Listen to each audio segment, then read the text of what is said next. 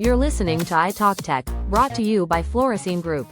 Welcome to Eye.Talk.Tech, where we explore the intersection of eye care and technology. I'm your host, Dr. Griffin Christensen. Today, we are tackling a question that is on many minds in our industry right now. If you add AI to your staffing model, do you lose the human side of care? Joining us to dig into this and a few more topics is Cory Pinegar, CEO of TEEM. Cory, welcome back. Hey, good to see you. Likewise. And last time you were on, you made the case that the real staffing problem isn't just a hiring shortage, it's outdated front desk structures and other things. And maybe just to lead us off here, can you maybe delineate a virtual assistant from an AI team member and where TEEM situates itself in that landscape?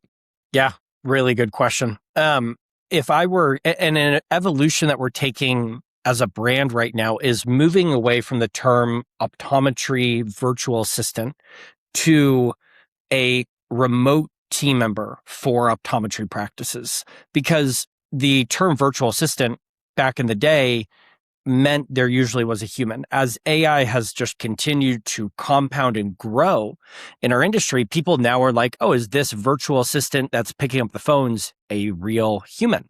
And so we want to make sure that people understand at TEEM, we are in the business of providing great humans who happen to work remote.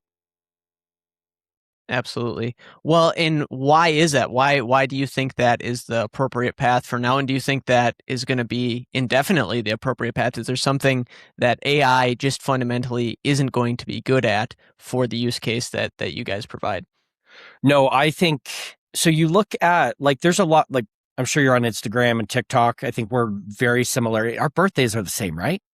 Yeah, but I'm an old soul. I'm not on there. You're not on? No, not at all. I don't even have either of those. I don't have an account. Well, I make up. So you have to bring me up to speed. I doom scroll enough for both of us in summation.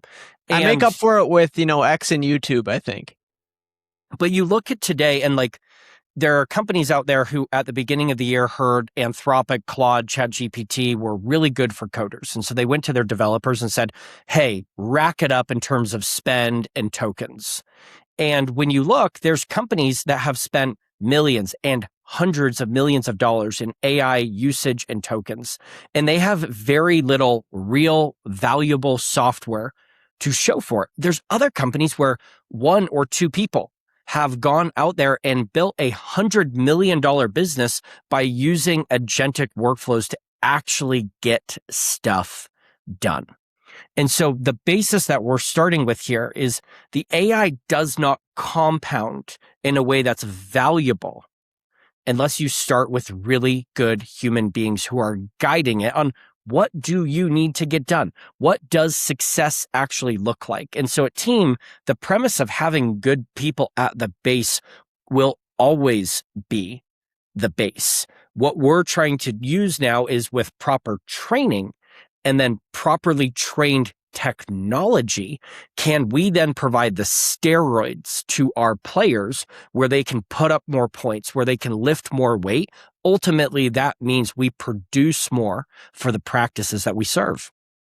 So from your side of the business, you might have these team members, team for TEAM members, that are then able to help and assist more practices than they otherwise would have. Is that how you see it? Let's take a carpenter with a nail gun. A carpenter just can build more square footage of a home or more ornate of structures because they're using a nail gun. A nail gun did not eliminate the carpenter. A nail gun allowed the carpenter to do more. AI is that same theory for us. And I totally am in alignment with you here. Let's maybe shift the frame a little bit to practices and what they're doing and how this is going to apply to them. So do you see that same sort of expansion as you talk about with the carpentry example happening to practices where doctors are going to be supercharged and add the steroids to the mix, so to speak, for the doctors? We're not seeing that yet, but I think history is the greatest predictor of the future. And if we look at airline pilots today, my best friend is a Delta Airlines pilot, and you talk to him and they really govern the first 3 minutes of takeoff and the last 3 minutes of landing. But once the plane is healthily in the air, it's on cruise. And if something goes haywire. They're checking in. They're there at the wheel. But planes are much safer because of automation and technology today. I look at technology making the doctor more effective going forward, but the doctor will always be there for that turbulence or that alarm or those really important moments. But where we're seeing more movement right now is on the admin side, phone calls, scribing, insurance, revenue cycle management, because those are just the time sucks that don't feel as sensitive as the clinical side, but are not even getting handled because there's not the amount of time they need.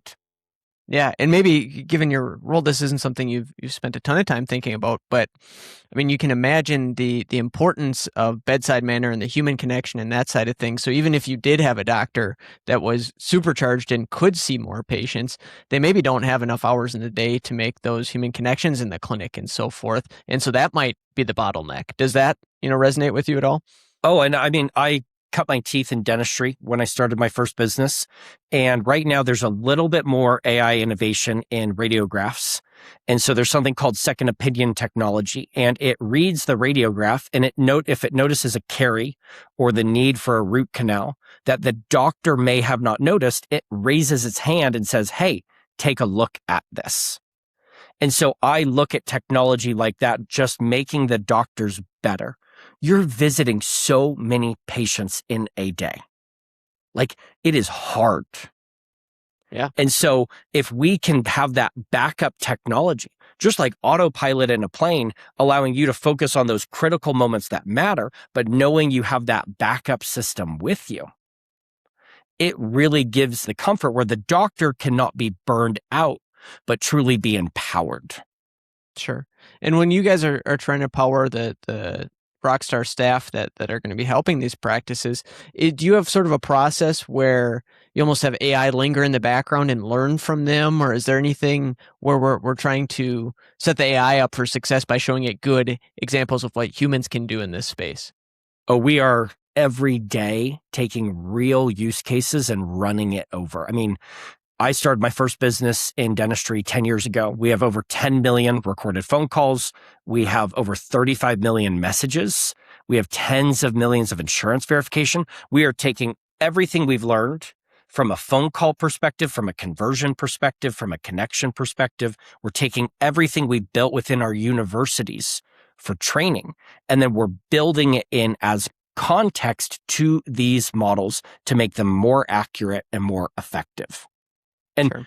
We're every day pushing more water and learning over it, because the cool thing about AI is it's not software where it just does its job. It compounds. Yep. Well, and you mentioned the solopreneurs, individual entrepreneurs who have created these large businesses, and some who haven't been any more effective at large organizations.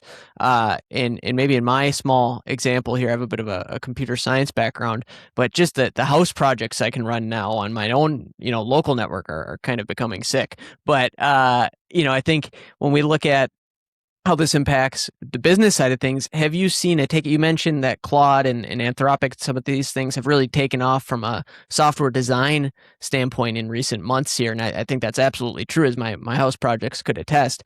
Are you seeing that same of a ramp up and impact in your business? Absolutely. Not in a way where it is, they're directly releasing tech that works better for optometry practices right now. But at the beginning of the year, you probably remember OpenClaw became kind of the craze or the flavor of the beginning of the year, the model of the beginning of the year. And what made OpenClaw uniquely different is it didn't just feel like a search bar. It felt like something that could actually do part of the work. And within Anthropic or Claude, Griffin, you are probably familiar, there's like projects sections where you can take deep knowledge and then have certain workflows and context that lives in those. So what we have built are projects that are given to all of our frontline team members where you have a claims copilot. You can take a denied claim. You can actually take a claim that you're about to submit and say, hey, is this fully good to go? Is this going to be paid out by IMED or VSP? Or is there something I should adjust? Or, hey, I just got this denied claim back that was medical or vision why was it denied and what do I need to do to resubmit and reattach it to give it the highest chance of getting paid out to the full dollar.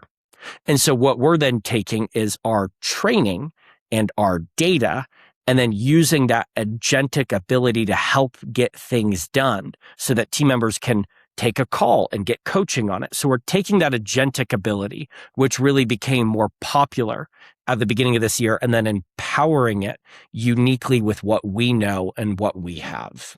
Sure. And if you want to take that from the wide funnel at the top, we have these changes in the agentic behavior and what AI is capable of.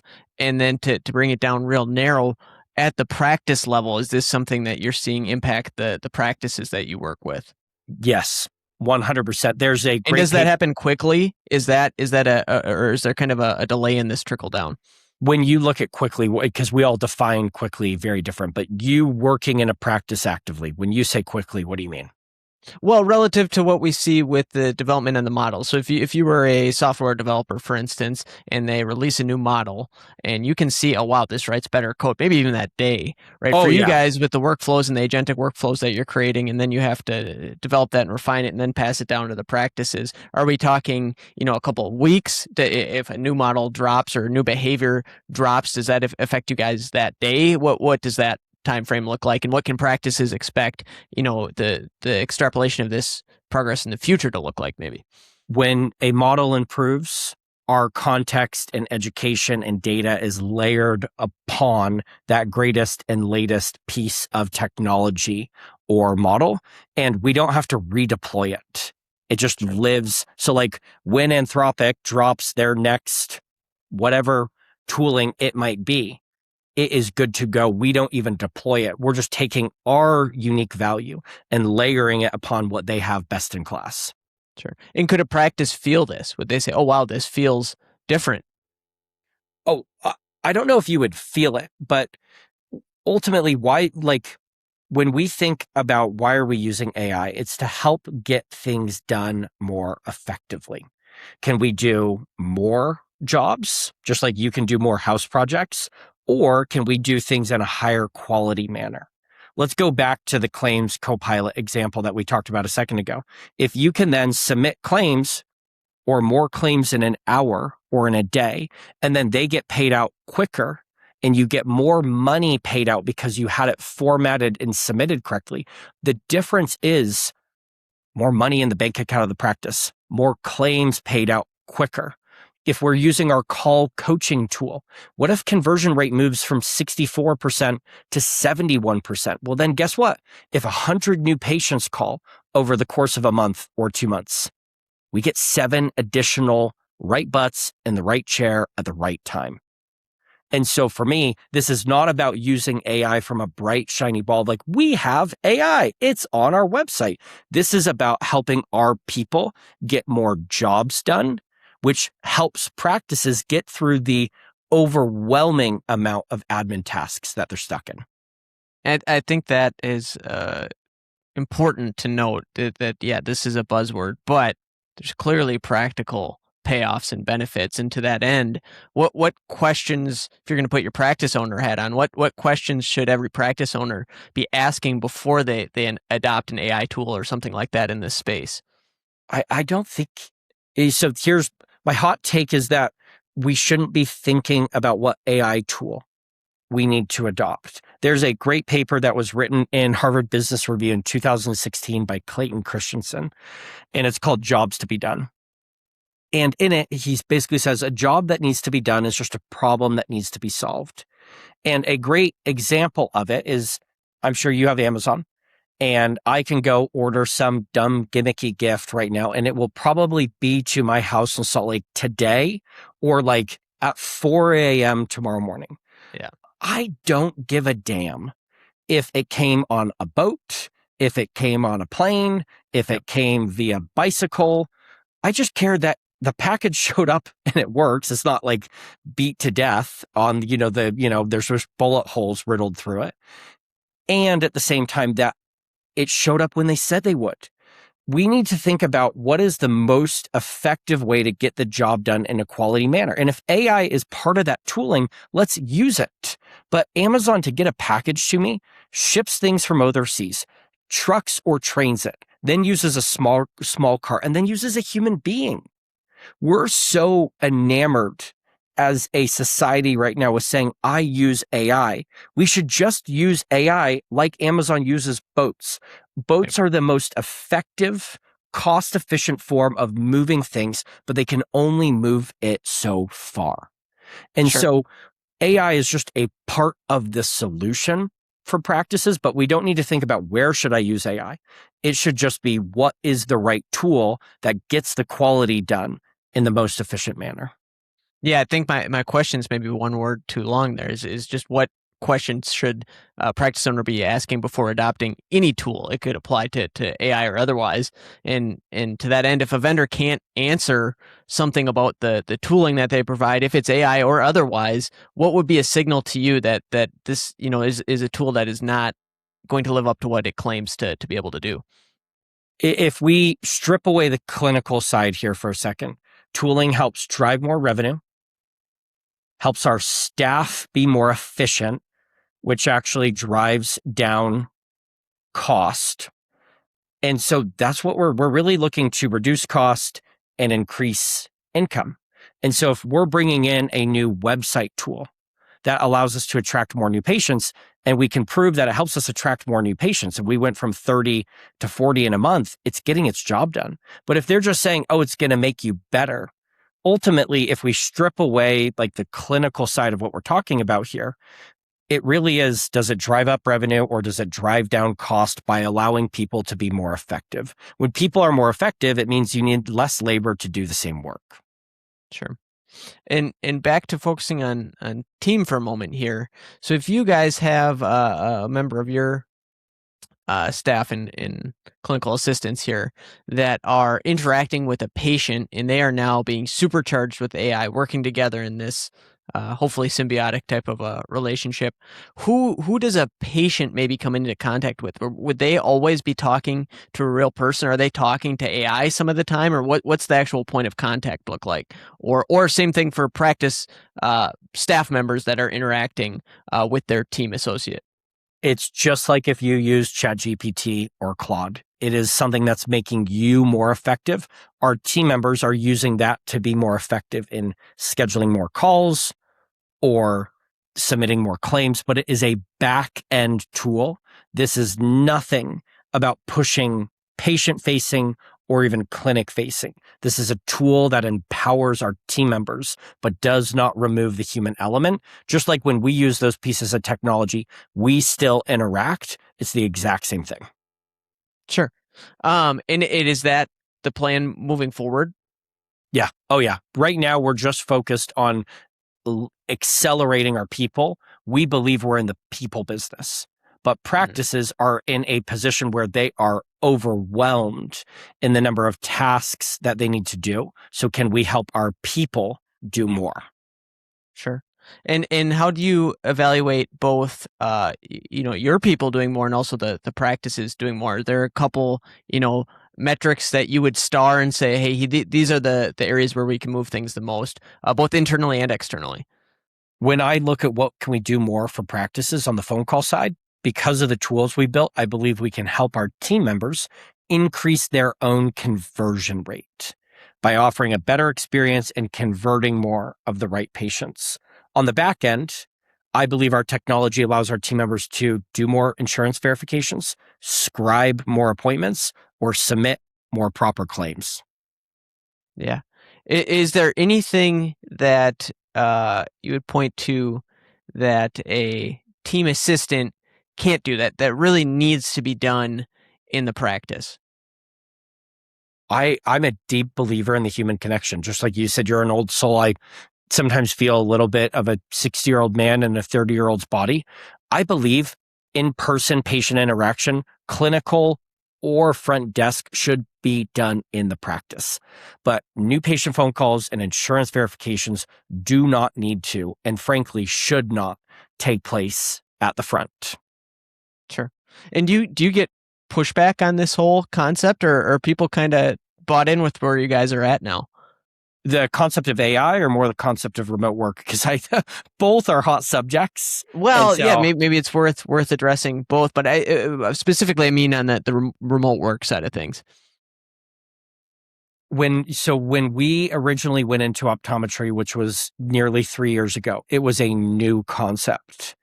We were lightly touched on this last time. I think today the adoption has been forced because there's no other reality. There's no other way to run a profitable, growing practice. So it's not like, oh, I'm a huge advocate for remote work. I think it just is kind of the new normal that practices are having to embrace. If all of your people could be super cost effective and easy to hire and long-term retained, and they were all in your practice, genuinely, that's the better option. Just candidly, that's not the reality of the US today, and that's not the reality of the reimbursement model within medical and vision plans. Sure. And then the follow-up to that, when we talk about unease with AI, are people that were maybe bought in or recognize this reality that you speak to on the remote work side of things, when they hear, oh, we're supercharging our remote workers with AI behind the scenes, are there some folks that were maybe bought in that now have a little anxiety about that? Number one, what I want to be super clear on is this is technology our practices have the ability to opt into or opt out of. Our goal is just to bring the best in class tooling to them. Like if you had a shed with a bunch of the best garden tools in the world, we're not forcing or mandating our customers to use these. We're more giving them the availability to use Team University, to use the performance tracker, to use the acceleration or amplification of AI. And so most practices are choosing it because they know that they need to begin to learn and experiment. But the people who say, I have data concerns or humanization concerns, we're not here to force it.